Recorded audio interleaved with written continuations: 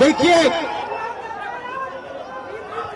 दलित, पिछड़ा वर्ग, अति पिछड़ा वर्ग, आदिवासी वर्ग, आपके खिलाफ इस देश में 24 घंटा अत्याचार होता है।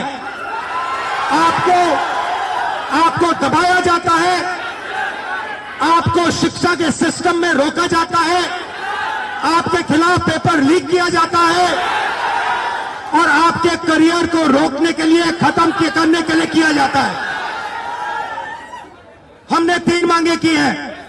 सबसे पहले जाति जनगणना, सही तरीके का जाति जनगणना जो हमने तेलंगाना में किया।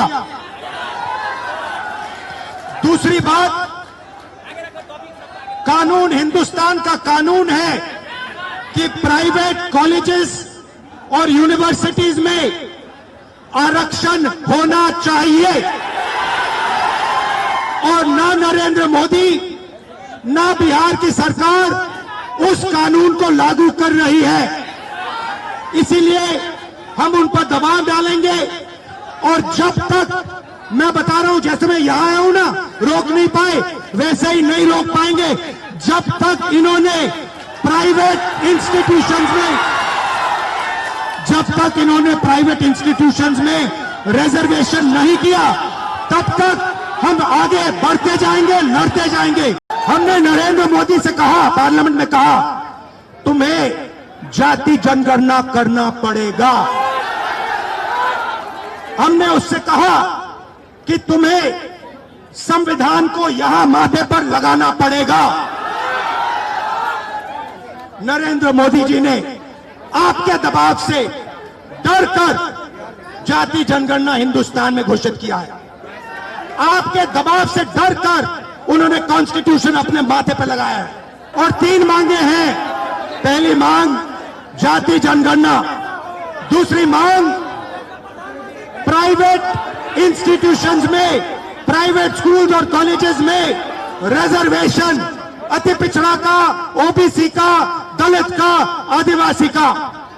तीसरी बात, एससी एसटी सब प्लान, जो आपका पैसा है, जो आपको नहीं दिया जाता है, आपको वो दिया जाना चाहिए।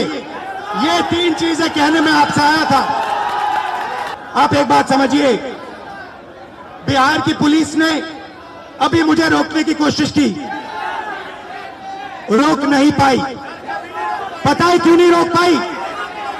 नहीं, इसलिए नहीं रोक पाई क्योंकि आपकी शक्ति मेरे पीछे है।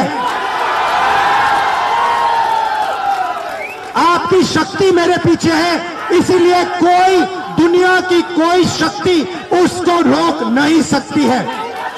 मैं बता रहा हूं, जैसे मैं यहां आया हूं ना, रोक नहीं पाए, वैसे ही नहीं रोक पाएंगे जब तक इन्होंने प्राइवेट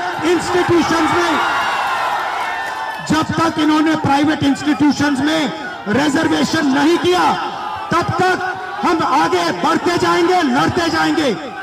क्योंकि आप 90% हो, आप अपनी स्ट्रेंथ समझो। आपको भटकाकर, डराकर, दबाकर, आपके ध्यान को इधर उधर करके आपको रोका जाता है। इस देश में आपके लिए कोई जगह नहीं है। 90% के लिए इस देश में कोई रास्ता नहीं है।